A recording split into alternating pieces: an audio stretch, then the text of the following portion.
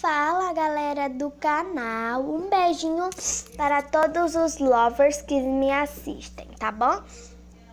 Hoje eu vim fazer a rotina da tarde da minha Ângela. O nome dela é Nicole. Então vamos lá, tá, gente? Gente, eu vou começar a rotina dela, tá? Ela acorda, eu vou dar a poçãozinha pra ela, porque sim. Tá, só um momentinho. Falou o quê? Gente, aí tá, tudo bem. Se vocês ouvirem algum barulho, tudo bem, tá? Aqui é o quartinho dela, vou tirar ela, mandar ela aqui pro banheiro e... Não. Eu vou mostrar aqui pra vocês. Quarto.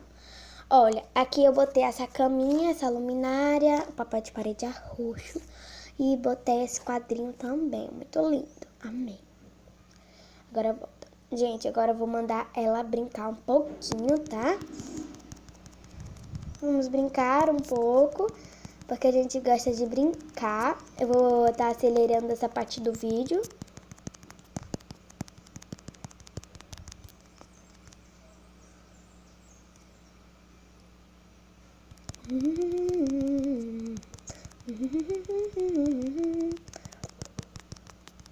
Gente, já brinquei bastante com ela, tá?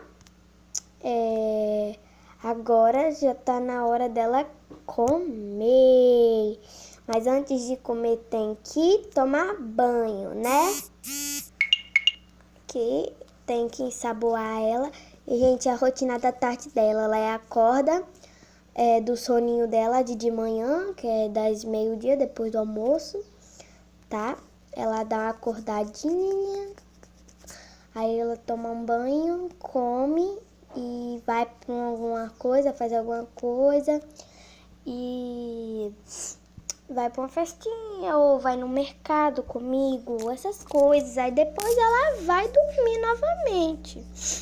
Gente, agora eu vou dar comida pra ela. Eu vou dar o café da manhã dela, que é salada de frutas, suquinho de laranja